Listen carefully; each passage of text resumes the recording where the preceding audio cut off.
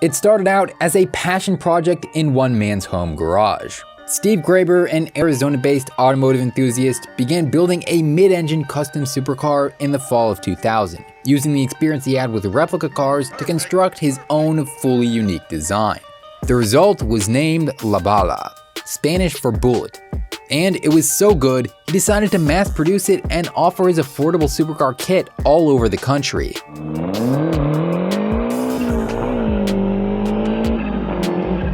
This is the story of a rising component car brand, one that had great potential to be the next great cheap exotic supercar, but like so many others, ultimately faded away into obscurity.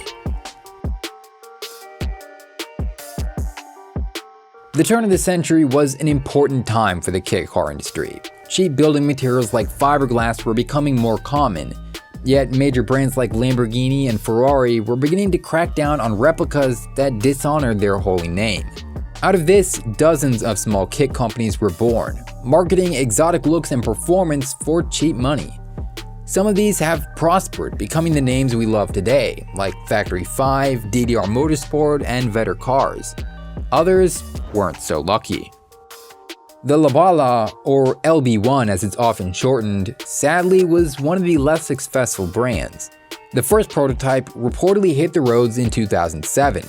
It was fabricated from a hand-welded tubular steel frame with a lightweight fiberglass body. The motor was mounted transversely behind the cockpit.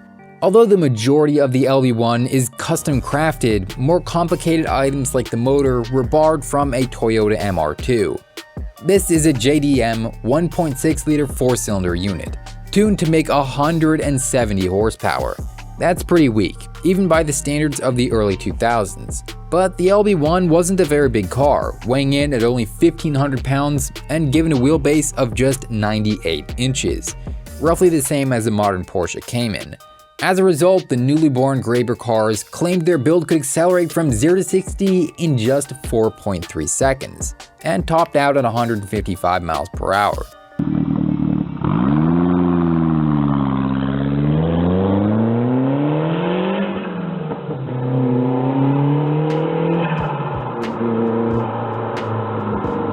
The suspension is supposedly just as unique as the body, carrying an unequal length A-arm setup with pull rod actuated coilovers. Plus, it's a fully manual experience with no driver aids or safety features.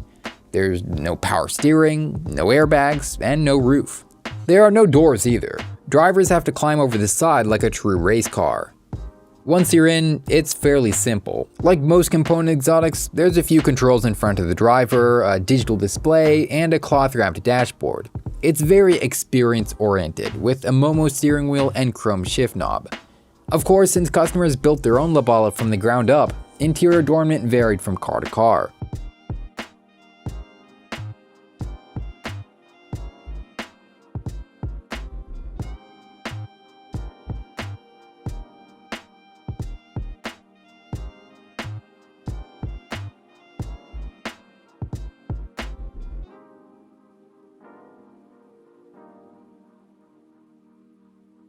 Another thing left open to interpretation was the engine. The MR2 drivetrain used in the original concept was only a serving suggestion.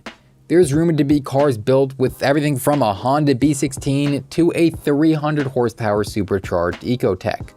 Best of all, the entire kit, powertrain and paint excluded, cost only $25,000. Turnkey builds were also offered at an undisclosed price. What inspired me to build La Bala? Steve Graber reminisced in an article from 2008. Ferdinand Porsche, when asked why he started building cars, said, "I couldn't find the car of my dreams, so I decided to build it myself." Well, I simply have not been able to find a car sold stateside that combines lightweight performance motoring with good looks and low cost. You can't buy an economical car that provides what sport bike riders get doses of every day: big performance with bare essential trimmings.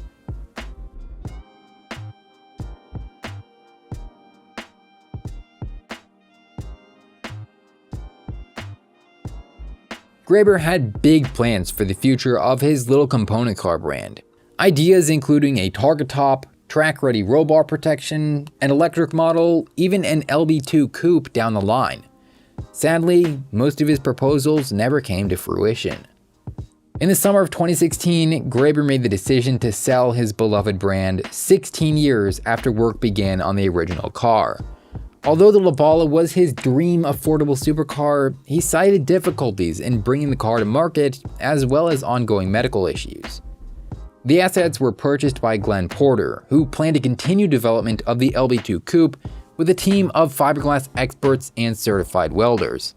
The LB2 model, or second generation of the La Bala, was a far more ambitious project. It featured a fully enclosed cockpit, which added safety, comfort, and even the option for air conditioning.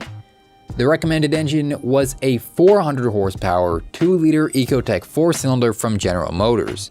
Not only would the increased output account for the extra weight of a coupe, but also provide performance to match modern standards. The design would remain mostly the same on the exterior. Slightly outdated in terms of aerodynamics, but I think it aged well. Unfortunately, the LB2 project never progressed very far.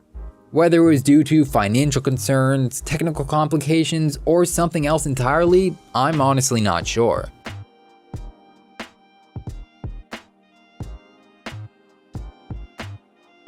Although the website is still up in some capacity, the company seems to have gone dormant around 2018, shortly after the acquisition by Porter's team.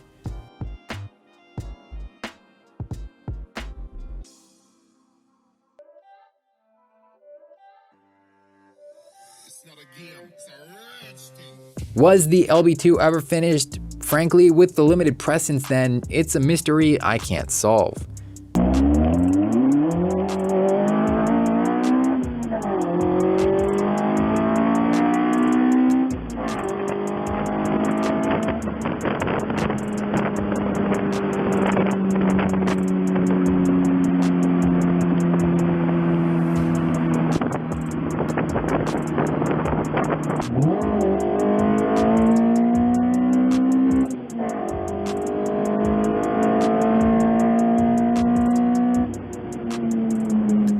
Let me know in the comments section if you would build a La Bala back in the day and what you think happened with the LB2.